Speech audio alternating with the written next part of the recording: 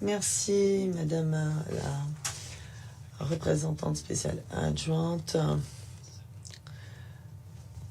pour votre intervention et pour ce que vous faites à la tête de la MONUSCO par intérim depuis plusieurs mois.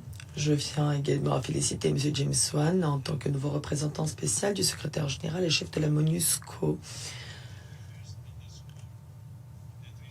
Mesdames et messieurs les membres du Conseil, j'aimerais d'abord souligner que le règlement du conflit dans l'Est de la RDC est une priorité absolue pour le président Trump et le secrétaire d'État Rubio. La situation dans la région a ouvert une nouvelle ère d'espoir et de possibilités. Les accords de Washington, signés le 4 décembre 2025 à l'Institut pour la paix Donald J. Trump, marquent en effet un revirement décisif, ouvrant ainsi la possibilité d'une coopération mutuellement bénéfique en tant que pilier de la paix. Des mécanismes de coordination de la sécurité pour régler les différends et suivre les progrès ont ainsi été établis. Les accords de Washington établissent également une piste de lancement pour le processus de paix au sens large.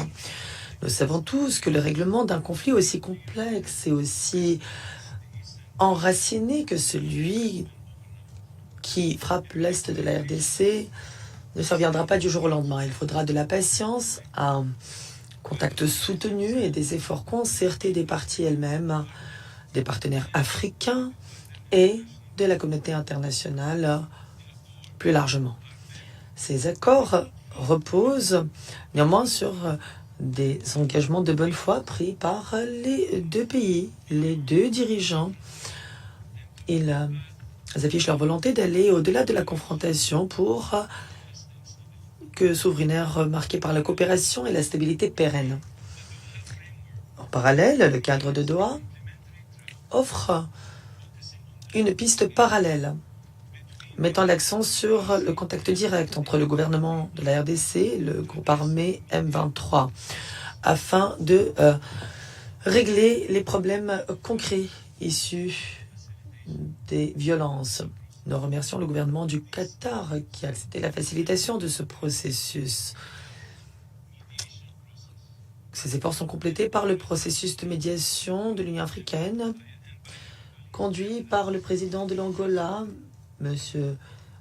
Lorenzo, et par M. Ford Nassimbe du Togo. Les acteurs humanitaires sur le terrain peuvent bénéficier de ces processus de médiation de l'Union africaine. Toutes ces initiatives sont complémentaires et nous sommes déterminés à en appuyer la mise en œuvre, tout comme nous sommes déterminés à appuyer la mise en œuvre de la résolution du Conseil de sécurité, la résolution 2773. Et ces efforts ont déjà porté leurs fruits avec la création de nouveaux canaux de communication et de vérification. Or, ces progrès démontrent qu'un contact soutenu et des efforts concrets produisent des résultats concrets, même dans des conditions difficiles. Mais nous savons aussi qu'il reste beaucoup de problèmes à régler. Nous sommes extrêmement déçus par l'escalade du conflit provoqué par le Rwanda récemment. Ceci constitue une violation directe des obligations contractées dans le cadre des accords de Washington. C'est la raison pour laquelle les États-Unis ont pris une mesure sans précédent un peu plus tôt ce mois-ci. Nous avons imposé des sanctions ciblées aux forces de défense rwandaises et certains de ces généraux. 4 au total. Nous ferons tout pour que ceux qui sapent la paix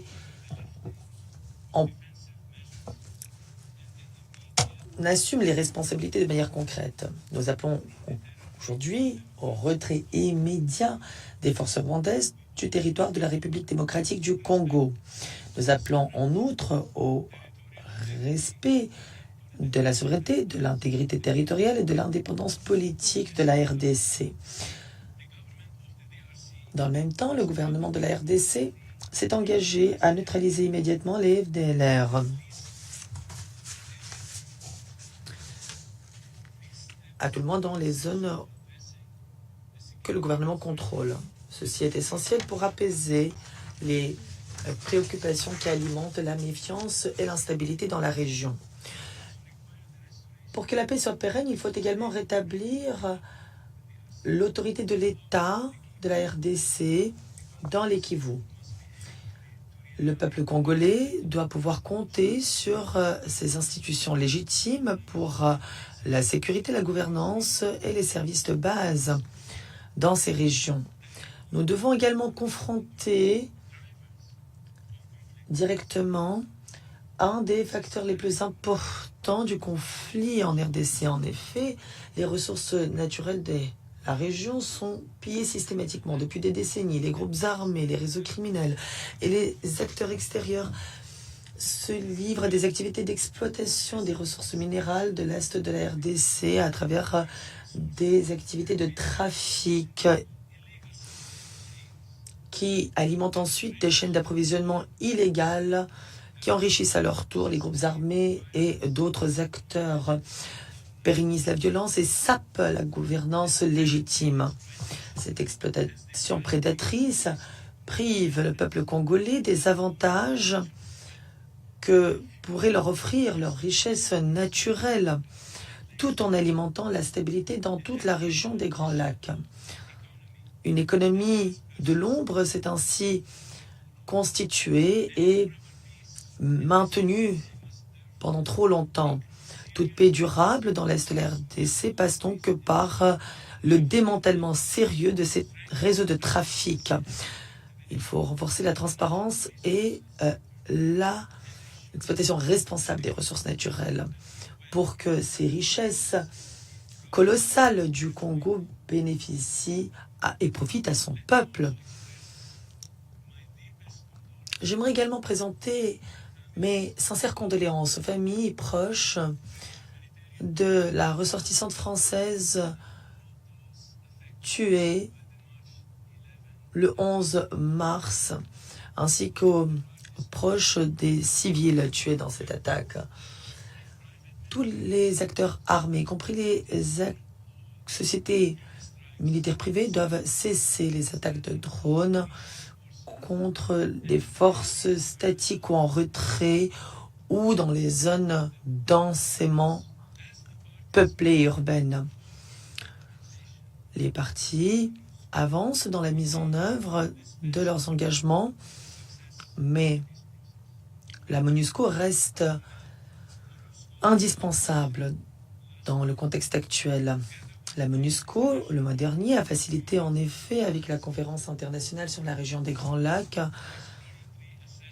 une évaluation d'exploration à Uvira pour la surveillance du cessez-le-feu. La mission est disposée à étendre son rôle en matière de vérification et de surveillance du cessez-le-feu, comme l'indique le secrétaire général dans sa lettre du 27 février. Une expansion progressive aux fins de la surveillance du cessez-le-feu est tout à fait bienvenue. Toutefois, il incombe aux parties de créer les conditions propices à un tel dispositif en respectant leurs engagements. Ils doivent en effet respecter le cessez-le-feu en place depuis la déclaration du 19 juillet 2025, déclaration de principe conclue entre le gouvernement de la RDC et les M23. Chers collègues, si les défis à relever restent importants, les cadres actuellement en place offrent une voie réaliste et crédible pour une paix pérenne. Nous verrons à ce que les progrès se maintiennent et à ce que les espoirs du peuple congolais et de la région tout entière soient exaucés. Nous espérons que les acteurs de la région reconnaîtront l'application du président Trump dans ces processus. La Maison-Blanche continue de suivre de très près et avec attention l'évolution de la situation dans la région. Les États-Unis resteront un partenaire fiable pour la promotion de la paix, de la sécurité et de la stabilité en RDC, au Rwanda et dans toute la région des Grands Lacs.